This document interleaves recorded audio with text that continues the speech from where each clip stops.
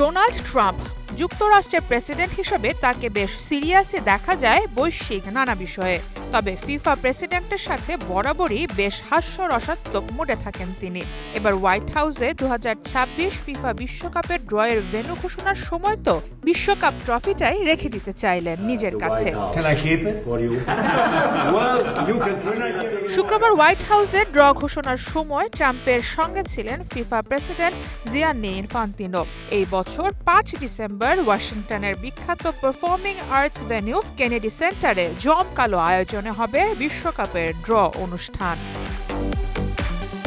2026 সালের ফিফা বিশ্বকাপ হতে যাচ্ছে ইতিহাসের সবচেয়ে বড় টুর্নামেন্ট।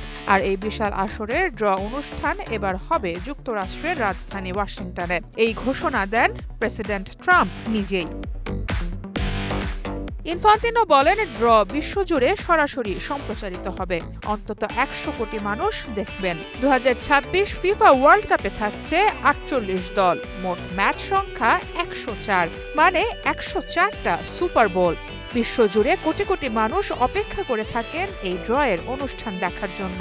কারণ ড্রতেই ঠিক হয়ে যায় কোন দল কোন গ্রুপে খেলবে, কে কার মুখোমুখি হবে প্রথম রাউন্ডেই। ফিফার এই ওয়ার্ল্ড কাপ ট্রফি নিয়ে পুরনো কুসংস্কার, জয়ের আগে এ ট্রফি ছোঁয়া মানা। এমনকি শুধু বিশ্বকাপ জয় করা খেলোয়াড়রাই ফিফার ট্রফি স্পর্শ করতে পারেন। তবে এখানে বিশেষভাবে বিবেচিত হন ফিফা সহ সব দেশের প্রেসিডেন্টরা। ওভাল অফিসে হাস্যরসের মাঝে ইনফান্তিনো ট্রাম্পকেও মনে করিয়ে দিলেন, ট্রফির ভাগিদার না হতে পারলেও বিজয়ী প্রেসিডেন্ট হিসেবে ট্রফি স্পর্শের অধিকারটা নিশ্চিতভাবেই আছে তার। সারা মাহবুব, স্টার নিউজ।